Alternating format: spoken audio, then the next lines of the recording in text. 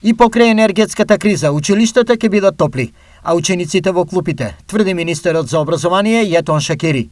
Став на Министерството за образование е дека во текот на зимата ќе се следи состојбата и одговорното работење на директорите во однос на нивното менаџирање. Знаете дека во делот на за да работиме во училиштата со физичко присуство е одговорното работење на директорите. Значи одговорното работење во делот на добро менаџирање на енергетските потреби. Но во крајниот случај до крај ќе сме за физичко присуство. Ќе видиме и во делот на организирање на настава. Гледам дека некои од општини имаат доставено барања до советите за намалување на работните часови во текот на денот. Оному каде има помал број на ученици, постои опција за реорганизација, а ќе се пренаменуваат и пари од блок дотации за да има струја за сите училишта. Максимално ќе работиме во делот на искористени блок дотации, од тоа што го кажувам колку од блок дотациите се користат за плати и колку училиштата досега имаат неискористени блок дотации. Имаме и таква состојба каде во одредени општини